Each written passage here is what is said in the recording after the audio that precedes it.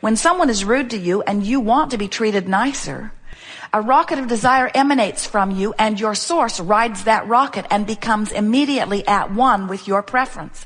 When you're sick and you want to be well, a rocket emanates from you, and your source immediately joins that rocket. In other words, source answers your desire immediately.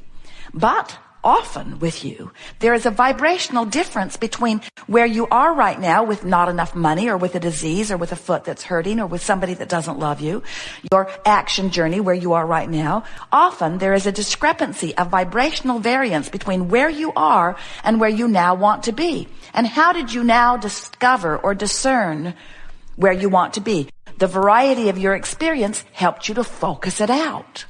And as you launched the rocket, we call that your asking, source answered it immediately and became one with your rocket. So now there are two vibrations within you that you can discern the relativity between them. Are you getting the sense of this? As Jerry and Esther are traveling from Phoenix to San Diego, they want to be in San Diego. They can hardly wait to get there. It's 70 degrees and sunny in San Diego, always in the time that they go. All of their favorite restaurants are there. Their favorite place that they put their monster buses there. They can hardly wait to get there. And so as they are traveling across the desert, 400 miles, for most of those 400 miles, they're not where they want to be. But they do not lose heart because their journey is understandable. They know it's 400 miles from Phoenix to San Diego. They know they got to go west. They know if they keep a reasonable speed and keep on going that they're going to get there. So they don't get to the 200-mile marker or thereabouts in Yuma and get all discouraged because they're not yet in San Diego and get disoriented and turn around and go back to Phoenix.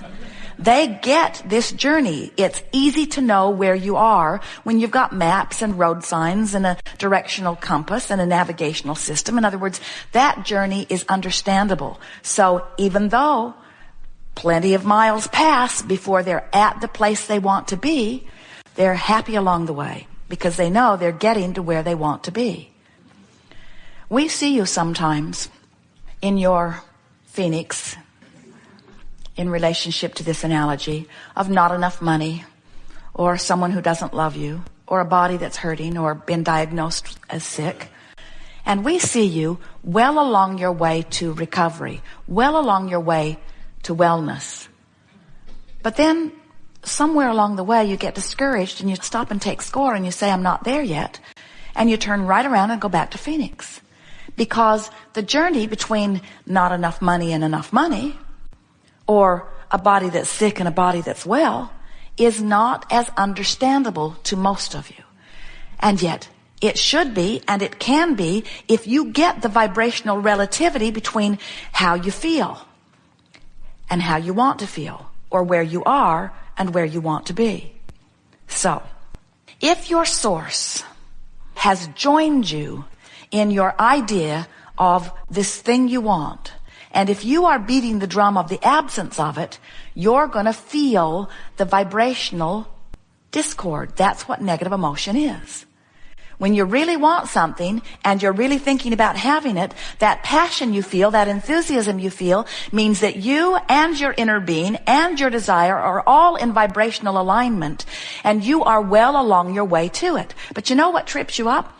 99 plus, more than 99%, 99.999999% of every creation is complete before you see any physical evidence of it.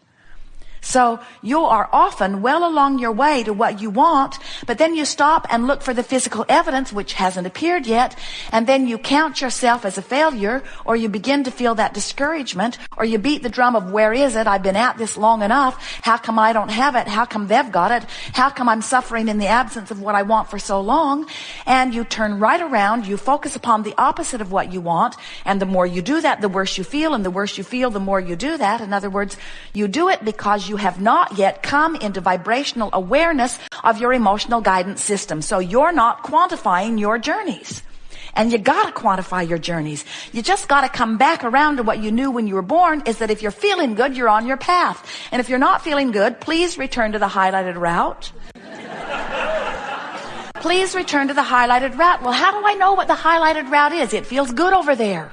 The highlighted route feels good. It feels like interest. It feels like anticipation. It feels like appreciation. It feels good. It feels like love. It feels like enthusiasm. It feels like passion. How do I know when I'm not on the highlighted route? How do I know when I'm choosing to beat the drum of something and activate a vibration within me that's different from my desire and from my source that is in partnership with my desire? I don't feel good. I feel ornery. I feel irritated. I feel fearful. I feel angry. I feel discouraged. I feel depressed. Negative emotion always means the same thing. And the degree of negative emotion means there is a big difference between something you really, really, really, really want and where you are. If it's mild negative emotion, you're not so far off your path. If it's strong negative emotion, you're on your way back to Phoenix. But there's another factor there. The degree to which you want it. In other words, as you move through your life experience, you launch endless rockets of desires.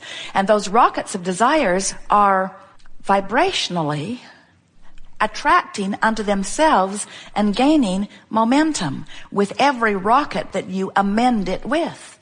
Every time somebody's rude to you, you amend your rocket of wanting to be treated nicer. Every time you can't afford something you want, you amend your rocket about the money that you want. So over time, you get a very significant rocket of desire over here. We like to say to you that it is your future experience being held for you in vibrational escrow. In other words, it's yours. It's there for you. Your inner being agrees that it's yours. Your inner being is aware of where you are in relationship to it. And if you will tune in to the vibrational relativity between where you are and where you want to be, and you will make a decision that you will, from where you stand, do your very best to find the best feeling thought that you can find about this, you'll get back on your path. Now, one of the reasons that so many of you don't easily get back on your path is because you have, bless your hearts, been attempting the impossible. Bless your hearts. Did we say bless your hearts? You've been trying to do something that law of attraction will not assist you or even allow you to do. When you feel awful, you can't jump to joy. The vibrational frequencies are too far apart. You can't make that jump. You could change the subject maybe and find a much better feeling vibration. But if you're on the subject of a body that is sick and you're really discouraged about it, and you have a friend, a student of Abraham or some magnificent creator, and that person announces to you, you know, you need to cheer up. You create your own reality. You want to say to them, that can't be true or you'd be gone. Because nothing is more irritating than to be in a place you don't want to be and have somebody who is in a place that you want to be point out to you that you're not in the place that you want to be, and then rub it in by pointing out to you that you're the one that put yourself there. Of course you are. You are the one that put yourself there, but you're not going to jump out of it just because somebody says you should. And you're not going to jump out of it just because you want to. You're going to jump out of it one little jump at a time, because you cannot quantum leap from despair or fear or that kind of heavy-duty discouragement into joy. It's too big of a leap, any more than you can set your radio tuner on 6:30 a.m. and hear what's being broadcast on 98 FM. It's not going to happen. You've got to move your dial. So we'll be talking all day here today about how to move that dial, how to be aware that the way you feel is your indication of where you are. We want to say to you that it would be so much easier for you if you could see yourself and where you are as the action journey, so to speak. In other words, where I am right now in relationship to my checkbook, in relationship to my significant others, in relationship to my work, in relationship to my body in terms of vitality, in relationship to my clarity. Where you stand right now in relationship to everything is just the sort of sum of what you've come to with your mix of vibrations. That's all. It's what you've practiced yourself to be so far. But right along with that, how it is right now, or what is a vibrational acknowledgement So the easiest way for you to hear this, we like to say you've got two concurrent journeys run along here. There's what is right now, and there's how I feel about what is right now. The difference between fearful and hopeful is the difference between recovery or not. The difference between worried about money and hopeful about money is the difference between money starting to come to you or not. You can't look at what is and move from that place, because what is full of itself. What is full of the evidence of what is. And so as you talk about what is and tell others about what is and join groups of people who also are experiencing the same thing you are about what is, you just activate what is. And as you activate what is, the vibrational relationship between what is and where you want to be is exaggerated. Are you getting that? You got to start talking closer to where you want to be and further from what is if you don't like what is. If you like what is, then talk about what is. Now we know you'll argue with this, many of you do, but Abraham, it's true. And we say, and? When you say, I should give this my attention because it's true, what you're saying is somebody else focused upon that thing they did not want, and they did it long enough that they activated it in their vibration long enough that they created it as their reality. And because they have created that unwanted thing, I should too. And we say, we see no logical logic in that. That sounds like someone who is focusing all over the place without paying attention to how they feel. That sounds like someone who doesn't trust their own ability to focus or choose. That sounds like someone who somebody else has convinced you should not be so selfish and follow your desires. You should do this and this and this. And what they're not telling you, it's written between the lines, is don't be selfish and follow your heart. Be unselfish and follow my selfish heart.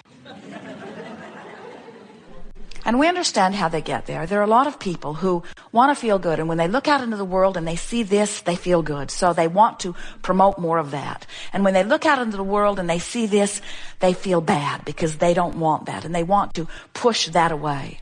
And there are so many people who do not understand about their vibrational nature, who do not understand about law of attraction, who are still in the most backward, archaic, awkward way imaginable, trying to control the conditions of their time-space reality.